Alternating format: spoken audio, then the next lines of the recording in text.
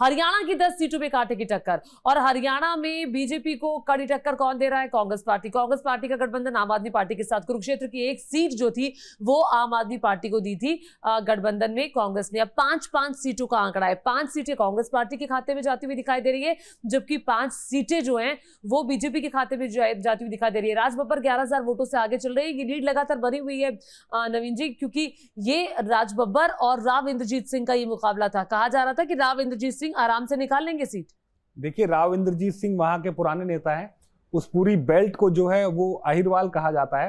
हाँ। अहिर मतलब यादवों का वो गढ़ मानी जाती है, और इसलिए राजबब्बर को जब वहां से हटाया गया फिरोजाबाद से और आगरा जो बेल्ट जहां के वो नेता कहलाते हैं, हाँ। वहां से जब हटाया गया यहाँ पर, तो ऐसा माना जा रहा था कि उनके लिए एक मुश्किल टास्क रहेगा। लेकिन हाँ। कांग्रेस पार्टी को इस बात का विश्वास था, और कांग्रेस के जो पुराने कार्यकर्ता थे उन्होंने इस बात का विश्वास राजबब्बर में भी दिखाया कि हम आपको यहाँ से जितवा के भेजेंगे, और वो अब सच होता दिखाई दे रहा है। कड़ा मुकाबला जरूर माना जा रहा था, क्योंकि सामने जो राव इंद्रजीत सिंह है वो पुराने नेता है, पहले जो है कांग्रेस में भी रहे हैं, फिर बाद में बीजेपी में आ गए, तो यहाँ मुकाबला थोड़ा सा कड़ा था।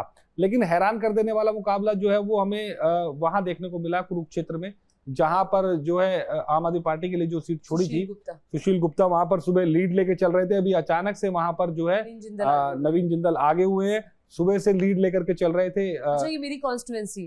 जी। तो और आम आदमी पार्टी के लिए ये सीट जो थी वो नाक का सवाल थी, क्योंकि एक ही सीट उन्होंने यहाँ पर लड़ी है, और वो सीट पर अब नवीन जिंदल का आगे होना कहीं ना कहीं बीजेपी के लिए फायदेमंद नजर आ रहा है। क्योंकि शुरुआत के जो रुझान थे हरियाणा के, उसमें बीजेपी काफी पिछड़ती हुई दिखाई दे रही थी। इवन मनोहर लाल खट्टर भी पीछे थे। ऐसे लग रहा था कि हरियाणा में तो उलट पलट हो गया अभी। जी, अब देखिए सिरसा, हिसार 2019 में जबकि 10 की 10 सीटें बीजेपी के खाते में गई थी, और यहाँ पर बीजेपी को बड़ा नुकसान होता हुआ। रोहतक की सीट पर दीपेंद्र हुड्डा की बढ़त अच्छी खासी। रोहतक की सीट पर दीपेंद्र हुड्डा आगे है, हिसार में कांग्रेस आगे है, सिरसा में कांग्रेस आगे है, गुरुग्राम में कांग्रेस आगे है, और अंबाले में कांग्रेस आगे है।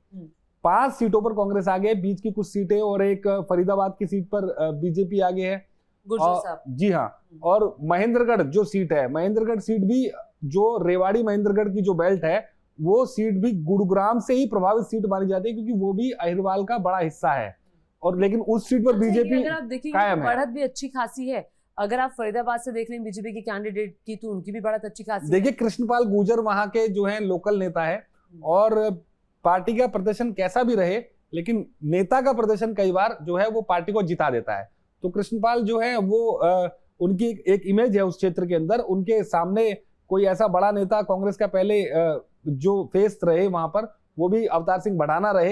हाँ। और वो अब उसके बाद कई पार्टियों में बदल गए, इधर गए और उधर गए, कभी वो मथुरा की तरफ भी आए, लेकिन वहां पर कोई नेता ऐसा बचा नहीं कृष्णपाल के बाद। लेकिन ये देखिए, दीपेंद्र हुड्डा की जो बढ़त है वो 1,80,000 हो चली है। और पिछली बार देखिए, पिछली बार से लेकर अब तक कांग्रेस पार्टी के लिए हरियाणा में काफी कुछ बदला है, इसमें कोई दो राय नहीं है। हालांकि बीजेपी की तरफ से स्ट्रैटेजी को चेंज करने की कोशिश, हालांकि मुझे ये आंकड़े थोड़े चौंका रहे हैं। मुझे लगता था कि हरियाणा 10-0 से जो है कांग्रेस जीतेगी, 10 कम से कम 10 सीटें लेकर के आएगी मुझे लोगों में। बिल्कुल, क्योंकि वहां पर आप देखिए किसान आंदोलन का एक फैक्टर बहुत ज्यादा काम किया।